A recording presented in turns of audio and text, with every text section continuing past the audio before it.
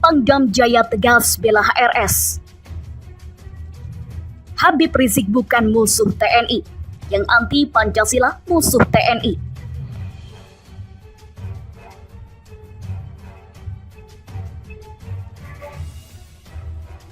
Pangdam Jaya. HRS itu rakyat biasa, bukan musuh TNI. Kelora.com. Panglima Komando Daerah Militer Jaya Jayakarta, Majen TNI Dudung Abdurrahman menyatakan pihaknya memastikan stabilitas keamanan di Jakarta Raya dalam keadaan aman terkendali. Meskipun beberapa hari lalu Jakarta sempat ramai dengan kerumunan massa yang membadati sejumlah titik ibu kota Jakarta. Lanjut Pangdam, situasi keamanan relatif terkendali. Hal itu disampaikan Pangdam Jaya ketika melakukan kunjungan ke kantor redaksi TV One di Pulau Gadung, Jakarta Timur. Seperti dikutip dari laman FIFA Selasa 17 November 2020. Hanya saja, kata Pangdam, terkait dengan berkumpulnya ribuan orang di sekitar Petamburan, Jakarta Pusat beberapa waktu lalu, TNI memang tidak dapat bertindak secara langsung. Karena hal itu bukan kewenangan yang dimiliki oleh satuan TNI.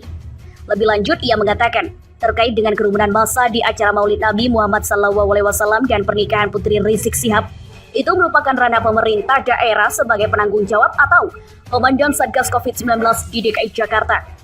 Untuk pengamanan ada level Satpol PP. Jika tidak bisa diatasi maka meminta bantuan ke kepolisian. Jika tidak semua itu bisa, barulah TNI diperbantukan, kata Pangdam Jaya Majen TNI Dudung Abdurrahman. Tugas TNI besar sangat. HRS itu bukan musuh TNI, rakyat biasa, tandasnya. Kendati demikian, lanjut Pangdam, jika kelompok Rizik Syihab bergerak dan mengarah pada perpecahan, persatuan dan kesatuan bangsa, maka dirinya tidak akan pernah memberikan toleransi pada kelompok manapun, termasuk para simpatisan Ormas FPI yang mengganggu persatuan keutuhan NKRI. Jangan coba-coba di Jakarta, saya hajar itu, pungkasnya. Panglima Kodam Jaya Pangdam Jaya Mayor Jenderal TNI Dudung Abdurrahman mewanti-wanti semua pihak terutama yang ada di wilayahnya untuk tidak bermain-main dan membuat perpecahan. Ia memastikan akan menghajar pihak-pihak tertentu. Dalam kunjungannya ke redaksi TV One, Majen Dudung mengatakan tugas TNI adalah menjaga keutuhan NKRI yang berdasarkan Pancasila dan Undang-Undang Dasar 1945, termasuk melindungi segenap bangsa dan negara. Yang mengganggu persatuan keutuhan NKRI, jangan coba-coba di Jakarta. Saya hajar itu, kata Majen Dudung Selasa 17 November 2020. Menyikapi kerumunan massa di markas FPI, Petamburan, Jakarta Pusat beberapa waktu lalu, Dudung memastikan TNI siap. Tapi aturannya tidak bisa langsung, harus sesuai prosedur, di mana Gubernur DKI sebagai Komandan Satgas COVID-19 DKI dan sudah memberi sanksi berupa denda 50 juta rupiah untuk pengamanan. Ada level Satpol PP, jika tidak bisa diatasi maka meminta bantuan ke kepolisian. Jika semua itu tidak bisa, barulah TNI diperbantukan. Tugas TNI besar sangat, HRS itu bukan musuh TNI, rakyat biasa, katanya. Namun untuk bermasalah persatuan dan ancaman pecah belah, Majen Dudung memastikan tidak akan memberikan toleransi. TNI akan melawan itu, termasuk jika kelompok Habib Rizik mencoba membuat perpecahan dan mengancam persatuan bangsa. Dudung memastikan, jika memang ada upaya demikian maka ia akan mengambil langkah awal untuk membasmi pihak-pihak yang mencoba memecah belah NKRI. Kalau dia lakukan inkonstitusional, enggak ada cerita, ujarnya. Sebelumnya, Panglima TNI Marsikal Haji Jajanto mengumpulkan sejumlah jenderal dan pimpinan satuan di jajarannya pada Minggu 15 November 2020, yakni Pangkostrat Legend TNI Eko Margiono, Komandan Kopassus Majen TNI Richard TH Tampu Bolon, Danjen Kopassus Majen TNI Ahmad Hasan, dan Kormar Majen TNI Suhartono, dan Komandan Korpaskas Marsad TNI Eri Widodoye. Dalam kesempatan itu, Panglima TNI sempat memberi keterangan. Berikut pernyataan lengkap Panglima TNI. Saudara-saudara sekalian, saya ingin menyampaikan kembali pentingnya persatuan dan kesatuan dalam menjaga stabilitas nasional. Untuk itu, jangan kita biarkan persatuan dan kesatuan bangsa itu hilang atau dikaburkan oleh provokasi dan bangsa itu hilang. Ambisi yang dibungkus dengan berbagai identitas. Seluruh prajurit TNI adalah alat utama pertahanan negara untuk melindungi segenap bangsa dan seluruh tumpah darah Indonesia. Tidak satupun musuh yang dibiarkan, apalagi melakukan upaya-upaya berupa ancaman dan gangguan terhadap cita-cita luhur bangsa dan negara Indonesia. Ingat, siapa saja yang mengganggu persatuan dan kesatuan bangsa akan berhadapan dengan TNI. Hidup TNI, hidup rakyat, NKRI harga mati. HRS tidak boleh terpancing dengan hasutan pihak-pihak yang ingin dongkrak popularitas. Habib Rizik Syihab tidak boleh terpancing dengan hasutan yang dilakukan pihak-pihak yang ingin memanfaatkan momen untuk mendongkrak popularitas mereka. Seperti yang dilakukan Nikita Mirzani, Dewi Tanjung maupun Abu Janda belakangan ini. Sebagai ulama tertentu, HRS tidak boleh terpancing dengan hasutan murah mereka. Melaporkan mereka ke polisian hanya akan menguntungkan mereka. Direktur Eksekutif Oversight of Indonesia Democratic Police, Satyo Purwanto kepada kantor berita politik Ermol Selasa 17 November 2020. Karena Ibu Satyo, masyarakat Indonesia bisa menilai perbuatan para pembenci Habib Rizik Syihab. Mungkin undang mereka bertemu langsung dengan HRS. Toh mereka bukan sesuatu yang untuk diajak berargumen, mereka nggak level lah dengan ulama sekelas HRS, kata Satyo.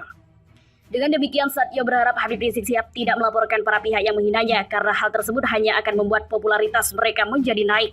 Justru bila dilaporkan ke polisi, mereka mendapat manfaat sosial tertekariknya popularitas mereka, ungkasnya.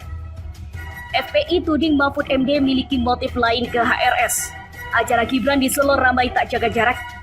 Front Pembela Islam FPI menuding Menko Polhukam Mahfud MD memiliki tujuan lain ke Habib Rizik terkait ramainya warga saat Maulid Nabi di Petamburan, Jakarta Pusat. Kuasa hukum FPI Aziz Yanuar meyakini Mahfud MD memiliki tujuan lain yang mempermasalahkan Habib Rizik yang dalam beberapa kegiatannya di Indonesia usai pulang dari Arab Saudi. Permasalahan tersebut tidak hanya tentang protokol kesehatan. Aziz mengklaim bila soal protokol kesehatan pihaknya telah menyelesaikan sanksi administrasi dari Satpol PP DKI. FPI dan HRS telah dikenakan denda 50 juta rupiah oleh Pemprov DKI karena menggelar acara yang dihadirkan banyak orang di Petamburan, Jakarta Pusat, Sabtu 14 November.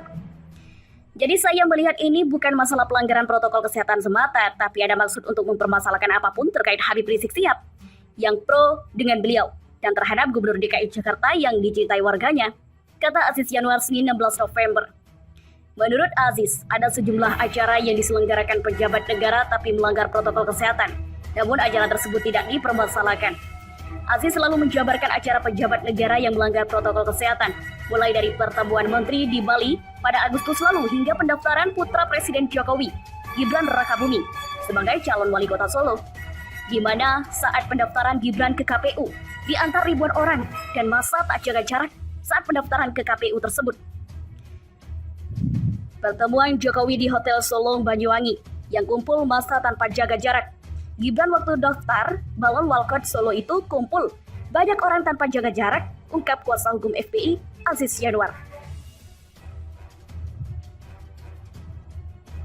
Aziz meminta tak menyudutkan Habib Rizik Syihab yang memberi ceramah.